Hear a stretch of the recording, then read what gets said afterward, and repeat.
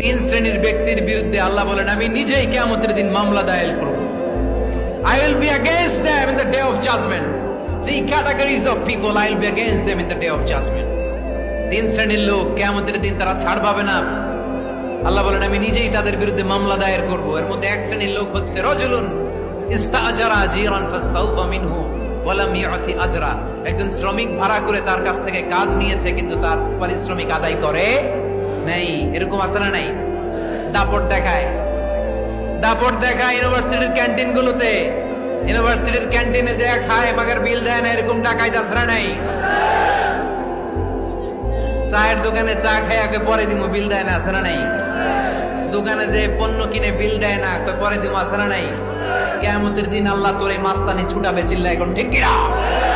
আনা খাসমুহুম, আমি নিজেই তাদের বিরুদ্ধে মামলা দায়ের করব। কথাটা কার? এজন্য বিশ্বনবী বললেন খবরদার, মেহনতি মানুষ, খেটে খাওয়া মানুষ, এদের দোয়া কবুল হয়ে যায়। আতুল আজিরা আজরাহু ক্বাবলা আন ইয়াজিফা আরাকুহু। খবরদার, বিশ্বনবী বললেন শ্রমিকের ঘাম শুকিয়ে যাওয়ার আগে তাদের পারিশ্রমিক মিটিয়ে দাও। বিশ্বনবীর বিখ্যাত হাদিস, আতুল আজিরা আজরাহু ক্বাবলা আন ইয়াজিফা আরাকুহু।